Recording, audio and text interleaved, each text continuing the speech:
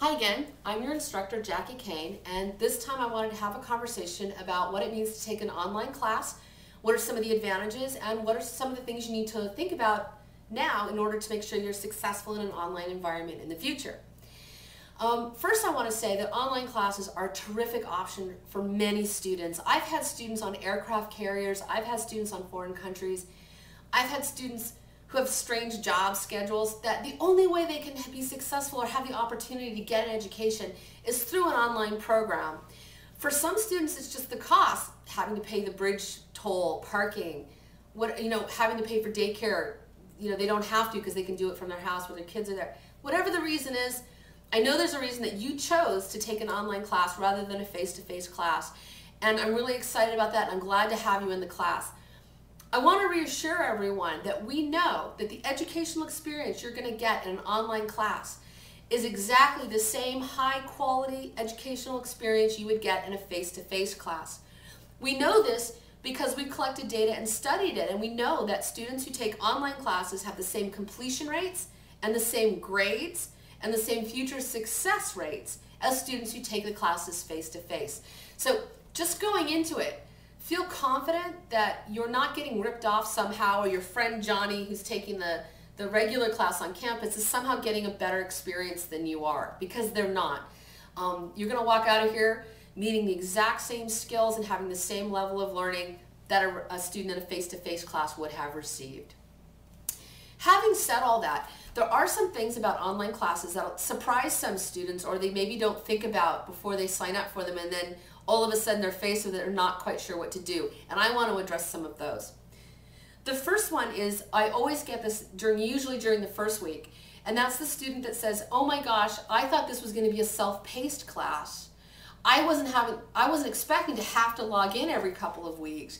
I was thinking I could go on vacation for 2 weeks around Thanksgiving and come back, and that would be fine. They think it's a portfolio class where they just turn in a portfolio of essays at the end of the quarter to get credit, and then they're truly shocked when they take a look at that course calendar and realize that no, you have to log in at least 2 to 3 times every single week, and there's assignments due multiple times a week. Again, in order to ensure the same high quality educational experience you'd get in a face-to-face class, the class has to be set up that way. Writing is a process. Nobody writes a 10-page essay the day before it's due and turns it in and gets a good grade on it. We're going to break these down into steps. You're going to get feedback every step of the way. So by the time you turn in that essay is going to demonstrate that you have mastered the skills for that assignment. You don't master the skills by getting feedback from me telling you you did it wrong and fixing it. The goal is that you're going to do it right the first time, because we're going to break it down and we're going to do it slowly. So if any of you out there are listening to this and going, this is not what I signed up for, I thought this was going to be self-paced, I thought I was going to have a lot more flexibility than this, that's okay. Recognize it now, and maybe you might want to go take a look at taking another type of class or look for a different instructor. There's English 101 classes that only meet once a week on campus. Maybe that might be a better fit for you. Okay.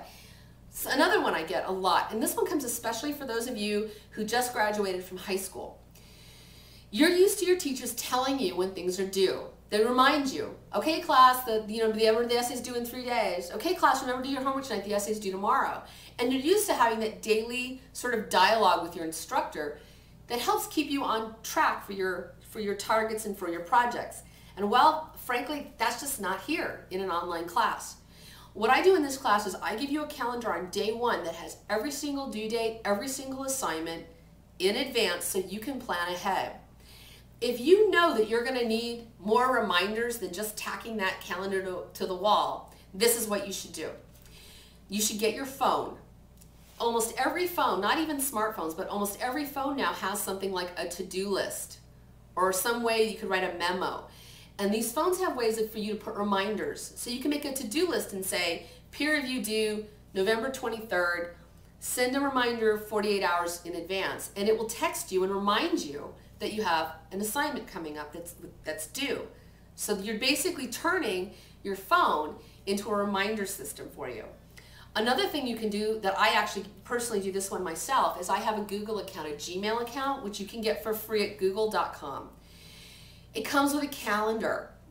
I put every due date on my calendar, and then I tell it to send me an email, because I have a smartphone, with a 24-hour and a 12-hour notice. So I will remind me that something's coming up. So then you're out with your friends, you're at a movie, you're having a great time, and someone says, hey, let's all go to Denny's and grab a Coke, and you go, well, quick, let me check my calendar.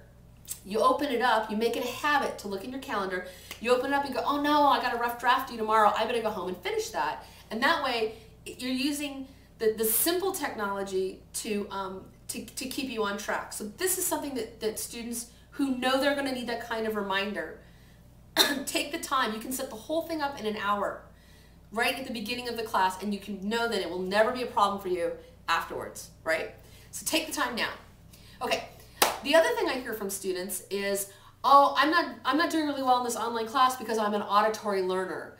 And I'm talking about learning modalities, if you know what that means, that all of us learn better some ways. Some people are visual learners, some people are auditory, meaning they have to hear it. Some people are what they call communal learners, which means they learn in groups. They have a hard time learning alone in a room. So I have students say, oh, I'm not doing really well because I'm an auditory learner and I'm not getting that in this class. Or I'm not doing really well because I'm a communal learner and I'm just not getting the peer interaction I need to be successful in this class. This is what you can do. If you know you're an auditory learner or a peer learner, first, I would ask why you signed up for an online class, because you should have been able to guess up front that this was going to be probably more leaning on visual learning style modalities. But anyway, you had to sign up for an online class, so here you are. Two things you can do if you're an auditory learner. One, the simplest one is to just read all the assignments out loud to yourself so you can hear them. And the second thing you can do is you can download a free screen reader program that will read the text on your computer screen for you. Just Google screen reader program and you'll find a widget online that you'll be able to download and use to accommodate that learning modality. Now, if you're a peer learner, there's also several options for you as well. The first one, the most obvious one, is to go to the Writing Center on campus. They have a whole room filled with tutors and experts where you can take your work in and say, I just need someone to talk to me about this assignment. I need to work it out with you to make sure I know this right and that I'm fulfilling the assignment requirements. Everybody in the Writing Center has our assignments, so they know what you're being told to do, so there shouldn't be any problem there. Suppose you can't get on campus. Suppose you're on that aircraft carrier in Jordan and you can't get on campus. What can you do? Well, there's a live chat feature in the class. All you have to do is say, I want to form a study group. I live in Gig Harbor. Can we meet in Gig Harbor? Or if I'm on an aircraft carrier in Jordan, off the coast of Jordan, I would like to meet in the online chat room between 2 and 3:30 on Monday. Who would like to meet with me? And then we'll set you up with a study group. So you can get the peer interaction that you need even in the online class. The trick is, though, you need to think about this now. You don't want to be 5 weekends into the class, realize that you're not getting the grades that you want on the assignments, and then think, oh my gosh, I'm struggling because this is an online class and I need this. Too late. What you want to do is you want to think about it now. What kind of a learner are you? What do you think is going to be the #1 thing that could stop you from being successful specifically in an online environment? Knowing what that is, what can you do about it right now to make sure it's not going to be a problem for you 5 weeks down the road? If it's a technology issue, go to Building 28 and talk to the e-learning tutors and get that resolved. If you're an auditory learner, go download a screen reader. If you know that you just have a really hard time meeting deadlines, put all the deadlines in your phone now.